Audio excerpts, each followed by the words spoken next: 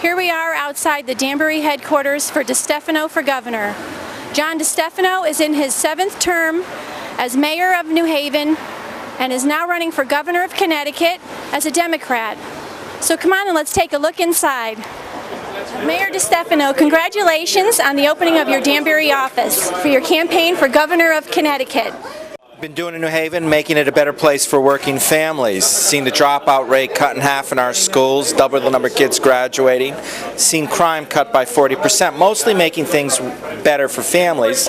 And as governor, that's what I want to do, and that's why I'm running, in order to get things done in a state whose leadership lacks vision and lacks the ability to move anything to conclusion.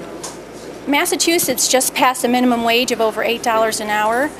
What do you think of the minimum wage in Connecticut? Of course, the minimum wage is now $7.40, set to go up to $8.15, already enacted into law. What our campaign has proposed, though, is everybody should work, but work should pay. And the fact is, the folks who are in minimum wage are not high school students. They tend to be single female head of households who work for minimum wage.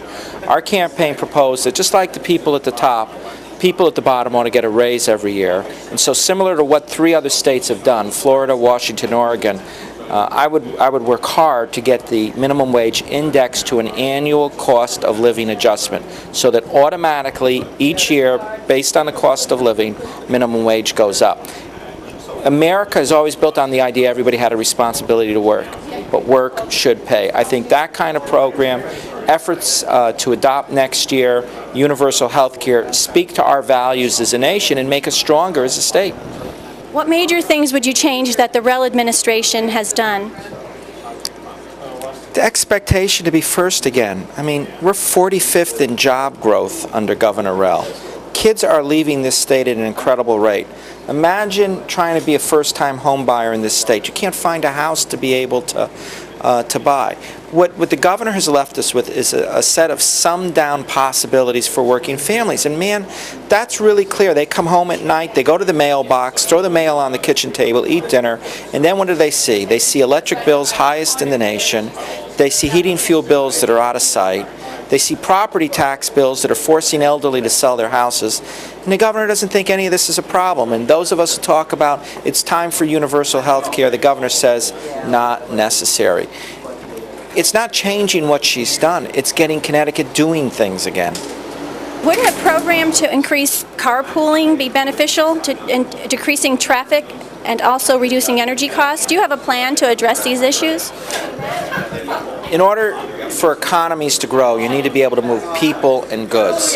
One of the reasons why Connecticut's economy hasn't grown is we've still got a 20th century infrastructure.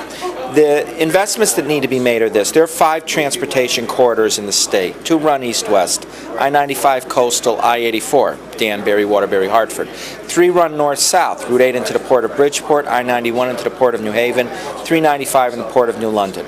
Commuter rail has got to be dramatically ramped up along the I-95 corridor, introduced along I-91, and eventually commuter rail needs to be introduced along I-84. We need in the near term to add 4,100 seats to the Metro North line.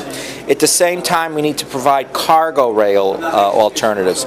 Right now, most of the cargo coming in the state comes in by truck up I-95, 98% of it. We need to develop the capacity to bring cargo rail into the 3 ports of Connecticut and to bring cargo over the Hudson River somewhere in the area of the Tappan Zee Bridge.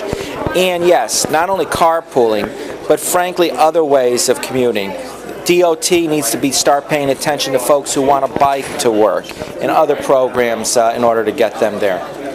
In April, our campaign introduced a universal health care proposal. It would create something called the Connecticut Health Care Consortium, which would specify a set of plans that the insurance companies would provide to provide coverage. What it would do is it would expect employers to pay 80% of the cost, employees about 20% of the cost. If you're lower income, the state would help pick it up.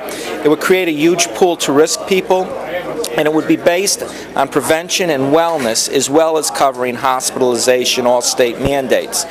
That's important for a couple reasons. One, it'll help small business grow. One of the biggest things preventing small business from growing is the cost of health care. Second, there are about 370,000 people uninsured in the state of Connecticut right now. they still get sick. When they get sick, they go to the emergency room. Who pays for that?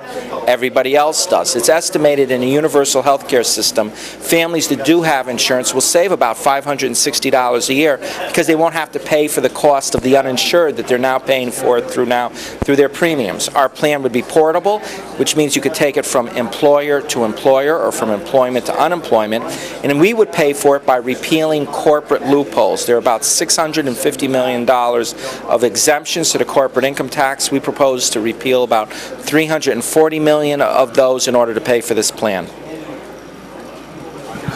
What is the most important one thing that you would do for the people of Connecticut if you were the governor? Make their lives better and more affordable and help business grow by adopting universal health care and seeing everyone's covered.